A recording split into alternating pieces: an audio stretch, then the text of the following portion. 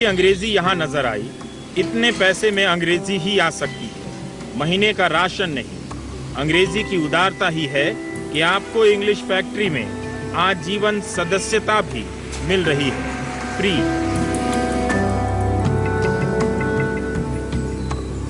और अंग्रेजी से कुछ ज्यादा सिखाने के दावों से खेतों में खड़े अनाजों का हौसला पस्त हो, मैं अपनी कथा शुरू करने मेरठ के शास्त्री नगर इलाके में आ गया।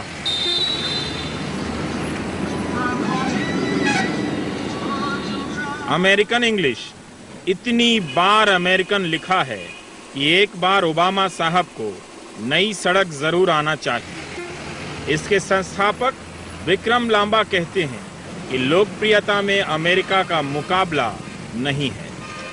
अमेरिकन इंग्लिश काफ़ी ज़्यादा बोली जाती है पूरे वर्ल्ड के अंदर और लोग उसको लाइक भी करते हैं। It's quite stylish. जैसे मैंने आपको एग्जांपल देता हूँ।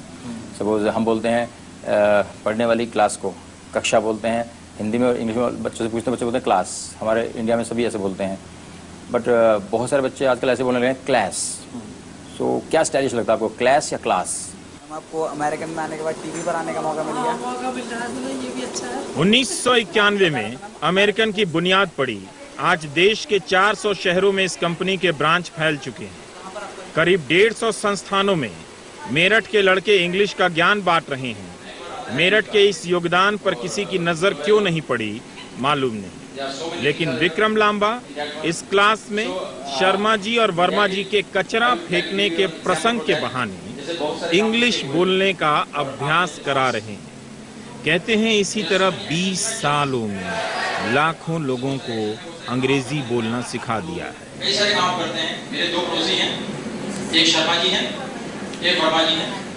मैंने देखा जैसे मैंने अपना सुबह घर का दरवाजा खोला तो मेरे सामने एक कूड़े का ढेर, हीप ऑफ गार्बेज। डेफिनेटली मेरे दिमाग में दो बातें आएंगी, या तो शर्मा जी या फिर Verma ji. Very much. Did you throw the garbage?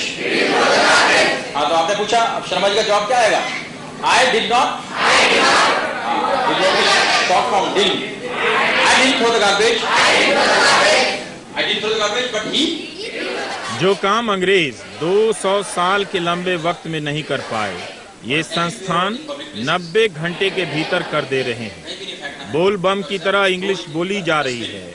अभी मामला राष्ट्रवादी टर्न तो नहीं ले सका है, लेकिन ब्रिटिश इंग्लिश के प्रति कोई आदर नहीं है। बहुत सारे रूल्स ऐसे हैं जो ब्रिटिश ने बनाए हुए हैं। जैसे SES का रूल लगाते हैं हम, डू डज। अमेरिकन कहते हैं कि इसकी ज़रूरत नहीं है। ही के साथ आप डज बोलते हैं, क्या ज़रूरत है बोलने की? अगर ही के साथ डू बोलेंगे तो क्या ही काम नहीं करेगा? हम वहां से गुजर जाते हैं। तो सो मेनी थिंग्स आते हैं। बहुत सी चीज़ें ऐसी उन्होंने कर रखी हैं जो उन्होंने इंग्लिश को बहुत ईजी कर दिया है। तो जो भी ईजी चीज़ होती है वर्ल्ड में आदमी उसको लाइक करता है। मुश्किल चीज़ से आदमी बचता है, ईजी चीज़ को पसंद करता है। तो American English is quite easy, बड़ी ईजी है, बड़ी स्टाइलिश लगती है बोलने में, बड़ी अच्छी लगती है, बड़ी कंफर्टेबल लगती है, और उसमें आपकी एनर्जी बड़ी कम खर्च होती है। डांस, चांस, क्लास, सब में आ कितना मुंह खोलना पड़ता है आपको। और जब अमेरिकन बोलता है चैंस, डांस, क्लास, जरा सा मुंह खोलता है, बोल देता है। टाइम बचाने के लिए डांस बोलो भाई, डांस बोलकर ही तो महफिल लूटी जाती है। जो बोल नहीं सकता वो अंग्रेजी जानने का प्रमाण नहीं दे सकता। इसीलिए दीवारों पर लिखा है द स्पीकिंग पीपल।